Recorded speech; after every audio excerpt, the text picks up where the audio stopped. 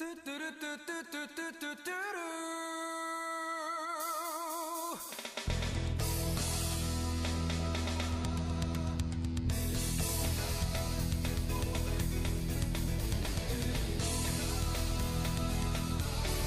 ladies and gentlemen, thank you for coming to view the ultimate Sega Saturn documentary.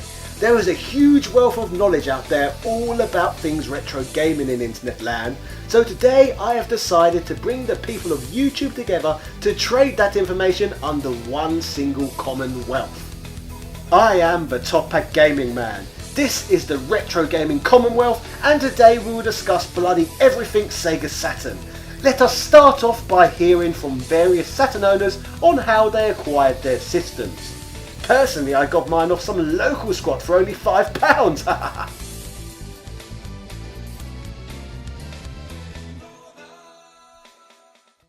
Why did I choose to buy a Saturn? Well, look at this big beautiful thing. How could you not want a Sega Saturn? But in all honesty, I was a Sega Genesis kid growing up. It was my first console I ever got. So whenever the Saturn came out, of course I wanted one. Admittingly, the price kept mom and dad from picking it up back in the day, but of course whenever I started making my own money, it was the first console I had to get.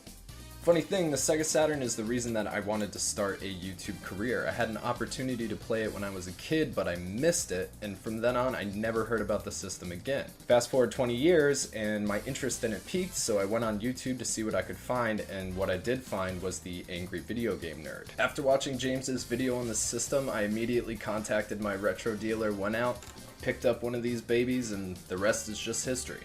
Like I said, I didn't know anybody that had this. The only experience I really had with it was, you know, playing the demo kiosk as a kid, like at Toys R Us, and then also reading about it in magazines like Electronic Gaming Monthly. But, you know, I came to find out later on there's tons of good light gun games for this, tons of great imports. So, you know, being a collector now and having a lot of different systems, it just made sense to get a Sega Saturn. So that's why I picked one up. If you find one out in the wild, I suggest that you go pick it up and collect any game you possibly can. They're getting more and more expensive. But I can honestly say it's a wonderful console to collect for. I really like Sega arcade games, and for me initially it was the promise of arcade perfect versions of Space Harrier, Afterburner and Outrun, because they're some of my favourite games. It was the first true 32-bit console which I can remember, because the PlayStation wasn't out then. The Sega Saturn came out first. In '98, the system was being phased out. You know, you get the system and games for dirt cheap. So one birthday, I just went in there and my parents were like, okay, you know, spend X amount of dollars. Ended up getting a huge library of games, you know, top games on the system, RPGs, fighters, all sorts of stuff. And, you know, it wasn't expensive at all. So 98 was the year of the Sega Saturn for me. That was the year I got really into it as far as being an owner of the system. So I first came across the Saturn when a friend of mine was actually selling his, which is this Saturn I've got here. And it's pretty damn special because it's actually got a mod switch on the back, which means that it will play any game from any region in 60 Hertz. So basically any disc that you chuck at this Saturn, it will play it. I basically just bought a Sega Saturn because at the time, maybe 15 years ago, I was just collecting any console I could get my hands on that I didn't have originally. I didn't have a Sega Saturn when it was out. I bought it for about a tenner, like I say, about 15 years ago. And yeah, I just bought it for the sake of owning one. And big Sega fan, I obviously had to own one. My main hobby is Japanese consoles, so obviously looked for a Japanese model. And they've got some great selections in the Far East compared to what we got. And this is one that I picked up recently, which is the Sonic the Hedgehog model, which was given out to Toys R Us stores as an exclusive in Japan. Why did you choose to purchase the Saturn? I actually purchased the Sega Saturn after I already owned almost every single Dreamcast game. At this point, I'd heard a little bit about the Saturn, but I didn't really play one. I'd never really seen one, so I wanted to buy it just so I could finally play it. It seemed like this interesting piece of Sega history that was mostly completely overlooked in the United States. There's just so many great games that you can't play anywhere else. You can't experience anywhere else. And just, you know, booting up the console and getting that nice little stars, Sega kind of logo, it's just, you know, it's nostalgia for me, I guess, but it's just a really cool thing to experience. Sega Saturn. Hello, Mr. Top Hat Person. I hope you are well. I shall give answers now. Hooray! And probably move my hands around a bit because that's all we've got visually, because I haven't got time to go to the office and film something properly. Anyway, it's iconic. That's my excuse. Why did I choose to purchase the Sega Saturn? Because I always back the winner, of course. No, seriously, there wasn't really much in the way of competition at the time. I remember looking at the games available for the PlayStation, which had just come out, so there weren't many, and the games available for the Saturn, and it was a bit of a no-brainer. Plus, I think I probably had in the back of my head, Sega, always liked Sega consoles and games, you know, I'll get that one, go along with it. Needless to say, I did have to get a PlayStation relatively shortly afterwards, but I did have a good year or two of Saturn-only time. So as you can see, there are a number of gentlemen around who own Sega Saturns. However, in my research, I came across one man who had taken his Sega Saturn love just that one step further. Meet Shock16, a proud owner of a full Sega Saturn European set. So why I went and collected a full PAL Sega Saturn collection is mainly because of nostalgia. I loved my Sega Saturn and I jumped ship to the PlayStation 1 far too early back in the day, and it was a big regret. I think if you're going to full set, the first thing you need to have is a passion for a console. You need to find something you're passionate about, because if you're not passionate about it, you're going to give up halfway through. You're just going to get bored, because you've got to bring it into reality that you are going to end up buying games that you're probably not interested in. Do you know what I mean? You're going to end up buying a lot of the shitty games, the shitty sports titles and stuff like that. If you're going to go for it, you're in it for the long run. You can't just bail out the first time you have to spend a bit more money than you want to on a shitty game. So you've got to have the dedication to it. And as a collector, I am that kind of dedicated to stuff. I like having something that I can start and finish. I like a goal I can work to. So a full collection it made sense to me. And then I had to take it to three factors, which was cost, availability and space. So yeah, all the games for the Sega Saturn are available on eBay. If you've got the money, you can source one really quickly. The only thing that's going to slow you down is your own budget. In space, there's only 240 games in the PAL Sega Saturn set, so you know, you can get it on 2 bookshelves, so it's not going to take over your entire house. Like I say, it really depends on how much you budget yourself, but when you compare the Sega Saturn to other consoles where you can pay like thousands and thousands of pounds for a single game, top tier games on the Sega Saturn is only going to cost you a couple of hundred at the most. I was passionate about the console, it was something that I knew that I could achieve, so I went out and did it. What a delightful man he was! However, for me personally, I do not think I would want that many Saturn games. I'd rather just have the best ones. Like my favourite from my personal collection, Panzer Dragoon Saga. Now that is a great game. Let us see what games the rest of YouTube like. One of the best games on the Sega Saturn for my money is Fighters Megamix. It has the best bang for buck when it comes to the amount of content. You've got over 30 fighting characters. It's not too dated by today's standards in 2017. It also contains perhaps one of the best unlockables of all time, the Daytona Hornet car. That's right, you can fight as the car because, I don't know, reasons. Have to go with like either Battle Gorega or Radiant Silvergun. I know it's like the standard answer and it's, you know, everyone raves about these games, but they are absolutely quality. They're 2D gaming pretty much at their peak, which is what the Saturn did best. My favorite Sega Saturn game would have to be X-Men Children of the Atom, because that was the game that I would rent when I would rent the Sega Saturn. It was just so amazing. It was such a fast and fluid fighter. It was a perfect arcade port pretty much, just add loading times and you have that game. And just an amazing game. It looked so good. It played so fast. Of course, there was other great games, Die Hard Arcade Nights, Virtual Fighter 2, Shining Force 3. I loved all those games, but my number one would have to be X-Men Children of the Atom. And it's just an amazing game. Absolutely amazing. I guess we can just start off with, my favorite Sega Saturn game of all time. And I guess that game would be Nights into Dreams. The music was great. The minimalist story was charming and beautiful. It just visually, even to this day, graphically, it's one of the best looking games in it. And when it came out, you just kind of started to see the potential of the Sega Saturn. You were looking at some fantastic arcade perfect ports. of some real good 2D beat-em-ups. Examples of which I've got X-Men vs Street Fighter was absolutely brilliant. Now this utilised the 4 meg expansion, so that with a limited RAM of the Saturn, I suppose, this could actually load all the animations into the 4 meg cart and you could throw them about like nobody's business. It's an absolutely phenomenal game. I have to say that Virtua Fighter 2 is a really, really fun game, but my number one favorite in my collection has got to be NHL 97. Now, I'm a big fan of old school sports games, and this one has everything that you could possibly want. It's arcade style, it's also really fast, fun to control, and it has those great FMV cutscenes that never ever get old. My personal favorite game for it is Albert Odyssey. It is a classic RPG, a lot of funny elements to it, and just overall a great game. Okay, so this is a bit of a weird one because it's not a Sega Saturn exclusive, but Earthworm Jim 2 is probably the game that I've played more than any other game on my Sega Saturn. In fact, Sonic Jam probably comes second. And other than that, I mean, obviously you got all the usual Daytonas, Virtual Fighters, Panzer Dragoons. I had quite an extensive Sega Saturn library, and weirdly enough, I ended up playing quite a lot of RTS games like Command and Conquer and stuff like that on my Sega Saturn. My favourite Sega Saturn game? Don't make me choose between my babies!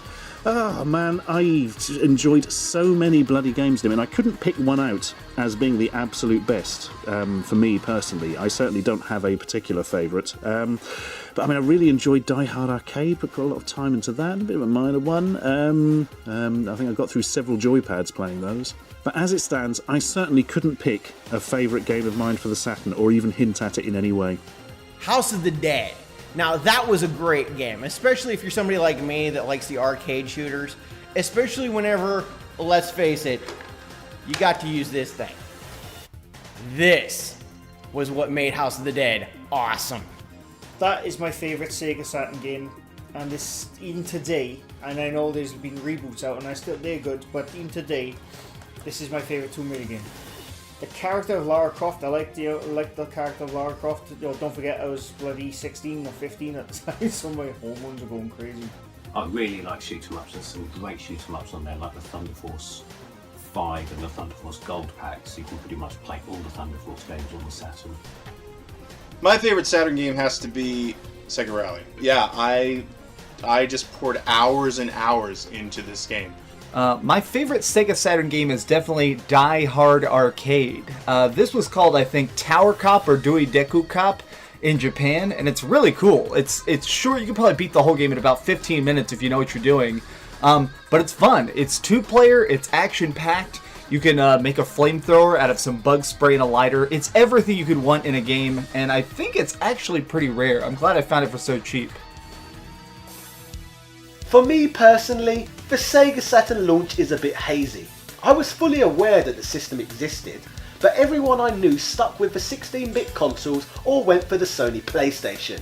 It was one of those consoles I only ever remember other students at school mentioning that their stepfathers or sisters' boyfriends would have. Stories like that. Let's hear what everyone else seems to remember from the period. How could you forget? That's back when Sega was still doing their advertisements with attitude. The one that sticks out in my mind is whenever they were bagging on Sony and Nights into Dreams had just come out. And their advertisement runs with the line, "Fly, plaything, fly, you're not ready." And then you got the purple head flying at you screaming. That stuff was pretty intense for 8-year-olds. My friends and I were all still playing tons of great SNES and Sega Genesis games. There were still tons of great 16-bit games coming out when this came out. And the only experience that I think any of us really had with it were demo units at like Kmart and Toys R Us and places like that. But I don't think anybody gave a crap about it, so it didn't sell well. And like I said, nobody I knew had it. So, and when people were ready to move on to a 32-bit system, everybody I knew, including my family, went the way of the PlayStation. So I don't think it was well perceived. And there was also a healthy distrust. It certainly wasn't negatively perceived at first, but then of course the PlayStation came along, everything went 3D and everything went PlayStation, and the Saturn was seen as a bit of a poor relative. By people who were wrong. I remember the perception at the time being that the Sega Saturn wasn't as good. People kind of got their fingers burnt by the 32X and the Mega CD, which, yeah, they probably weren't as good as everyone was expecting. Yeah, a lot of my friends as well, they didn't have Sega Saturns. I don't think anybody that I knew had a Saturn at the time. I think everybody was sticking with the PlayStation. And when the PlayStation came out, that for me is when the console wars started. Because my mates would be like, oh, the Sega Saturn's rubbish, it's not as good as the PlayStation. I'd be like, no, the Sega Saturn's amazing, it's got really good games. As far as I remember, and even to this day I can't remember anyone else, but I was the only one for miles who I knew who had a Sega Saturn. I was the only one who went out and bought the Sega Saturn.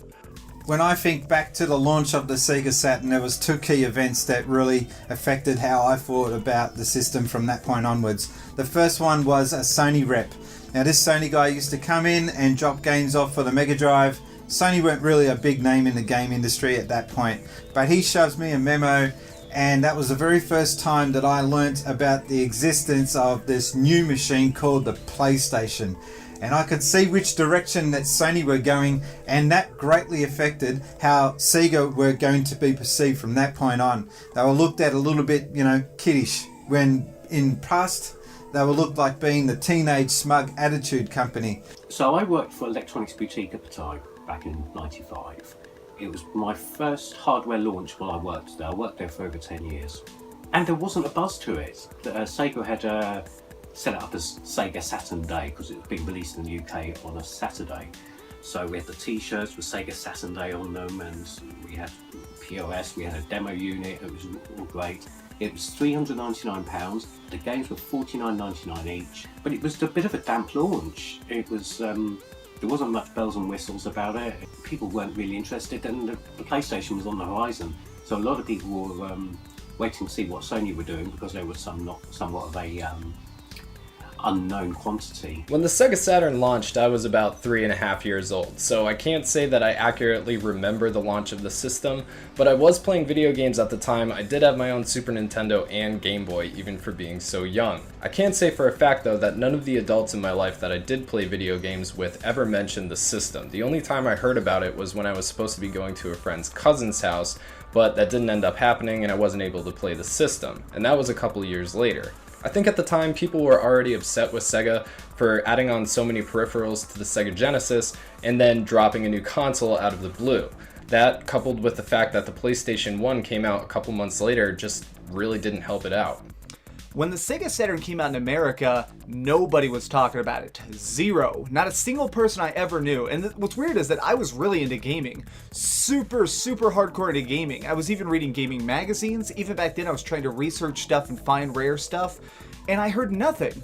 I have no idea if it was just that I was in this weird anti-Sega bubble, but I didn't hear anything about the Sega Saturn until I was probably 24. Like, I was a grown adult and already had hundreds and hundreds of Sega games before I was like, there was a console between the Sega Genesis and the Sega Dreamcast? Because I just never saw it. It was that rare, and also growing up poor, I think not a lot of people could afford it or even dream of buying something that pricey. So, do I remember how it was perceived in the UK? Yes. In fact, I only remember one person that had a Sega Saturn, and that was someone that was a bit of a hardcore fan. I mean, they had a Master System, then a Mega Drive, then a Sega Saturn. For me, it was Mega Drive, then Master System, then playing around with a few more Mega Drive bits like the Mega CD and 32X and stuff like that. And then I jumped to PlayStation, probably because I got burnt so much with that Mega CD, although I love it now. I definitely remember how the Sega Saturn was perceived at launch, and the thing is that it wasn't perceived. Nobody knew about it. It was in the thick of Sega releasing all these hardware add-ons to the Sega Genesis, and maybe it had just happened that people just thought it was another hardware add-on for the Genesis, and they just kind of misunderstood what it was, kind of like the Wii U in a way. So when the Sega Saturn launched, I remember it was considered to be a botched launch. I had a subscription to GamePro, and I could con my mom into going to the grocery store whenever we went to the grocery store to pick up EGM for me. And it was really weird. She would never subscribe to EGM, but she would always drop like $5 a month for me to buy it at the store. Would have been cheaper. She just got me a subscription. But I remember a lot of people were saying, in the magazines that it was rushed. And I remember she was teaching preschool, and one of the parents at the preschool actually got a Sega Saturn and I believe Daytona USA at launch, and it was very expensive. I want to say it was $400, and the PlayStation came out, you know, right around the same time, a little bit later, and it was like $300. So that really hurt Sega, I feel, initially, and they never were able to get that traction in North America that they really wanted. So overall, with a lackluster launch process, the Saturn was not the most popular system of all time. The market was ultimately dominated by the Sony PlayStation. But from here, let us try and look at why. The Saturn was the less popular system in North America, and I think eventually in Japan. And I really believe that it had everything to do with the fact that Sega didn't really seem to understand how important 3D games were going to be. I think that leads into why it's kind of not popular to collect for today. Because it didn't sell well in the United States, a lot of the good games are really expensive, so collecting for it can be expensive. You have to import a lot of games for it because honestly a lot of the games worth playing for it are imports. Well, let's be perfectly honest with ourselves. It wasn't the best designed console. Don't get me wrong, it's great. It's got great games, but the onboard memory was controlled with an expensive watch battery. The controller really didn't get good until its second revision, and even then it still lacked analog sticks. I think the Sega Saturn is a much less popular system, mostly because it never really had a major breakout hit. There are a ton of great games on the console, but you really have to dig for them and look for them, and a lot of them now are really expensive. Like, obviously, I love the Panzer Dragoon series. They're really cool on-rails shooters that have a very heavy fantasy theme. But if you're just trying to put that in a magazine and sell people on it in like 3 pictures, that's a little bit more difficult, especially when your console is like $400. Sony had the PlayStation had the name of Sony behind it, whereas Sony's a massive brand, and I know Sega was a big brand in video games at the time, but Sony, it had the marketing, it had the games aimed at certain ages. For me, the PlayStation seemed like the younger console when it first came out. The programmers didn't get that much out of it, especially in the early days. I mean, my God, that version of Doom for the Saturn is unbelievable, isn't it? But the second thing, and probably the more major one, was simply marketing. The PlayStation marketing was astonishing. I mean, they marketed it to an older audience who had never really played video games before. It stopped being a kids thing and started being a cool thing.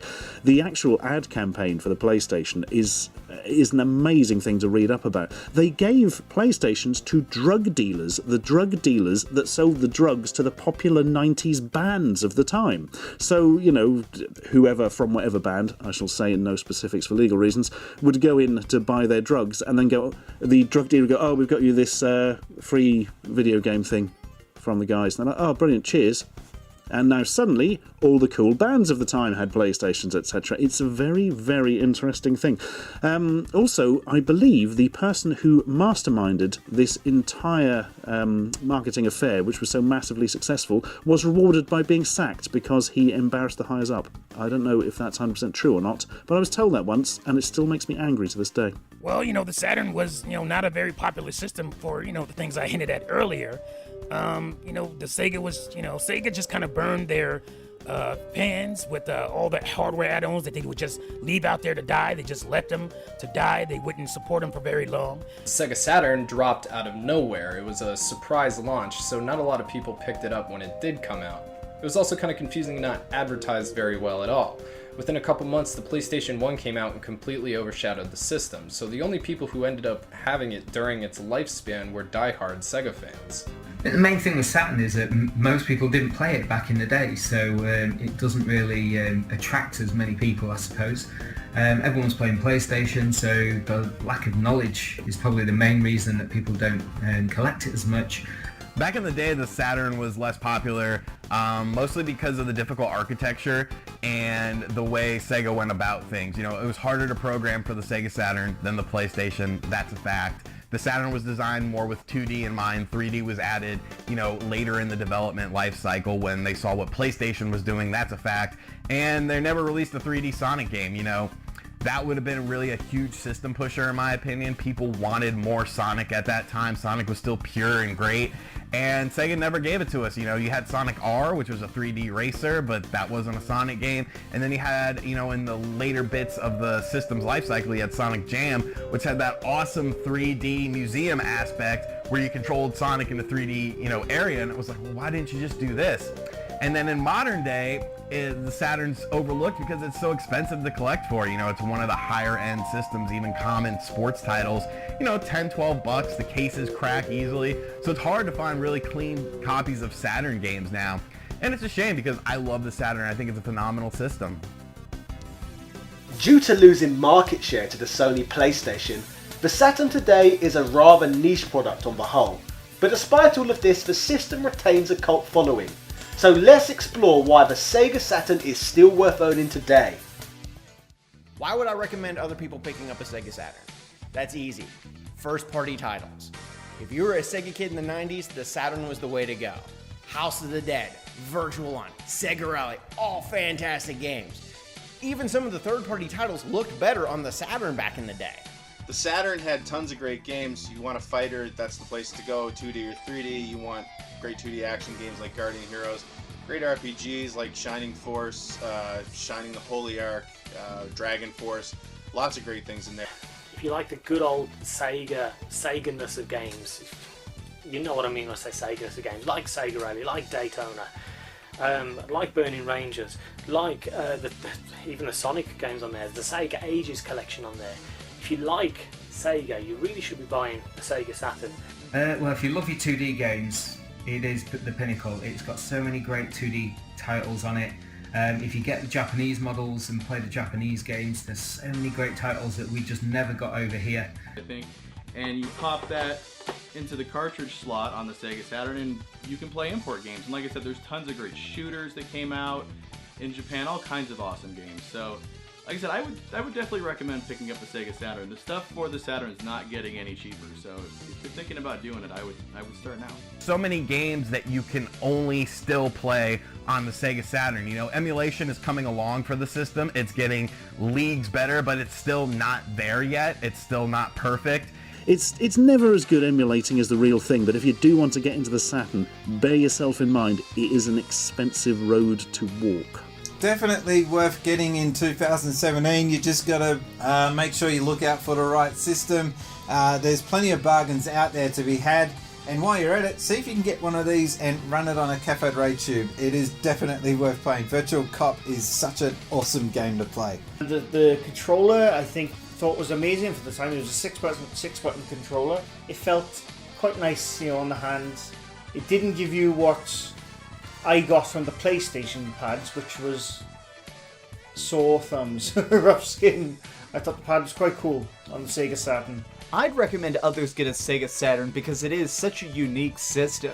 There are games that exist on this console that you really won't see anywhere else. There are a lot of very experimental projects, like Mr. Bones. It was a side-scrolling platformer that also had like shooting levels, music levels where you're basically playing a 16-bit Guitar Hero. It changes up the elements and gameplays and rules so much from level to level, you would never see something like that ever made again, just because it can really be confusing if you're not well practiced and ready for it. In summary, the Sega Saturn never caught on with the mass market, but due to the system's great library of games, mystique and unique charm, the system remains extremely popular amongst hardcore retro gaming fans.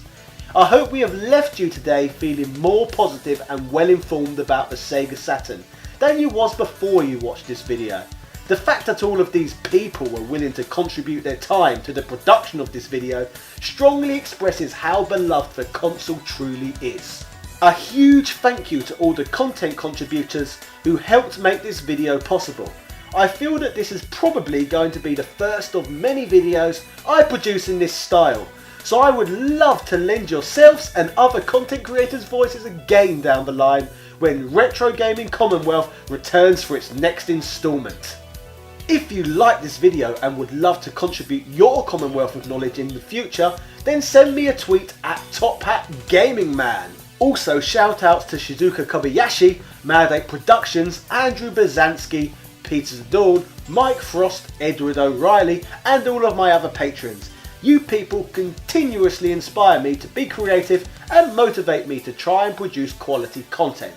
Thank you for all of your support. Yeah! Ta-ta and farewell.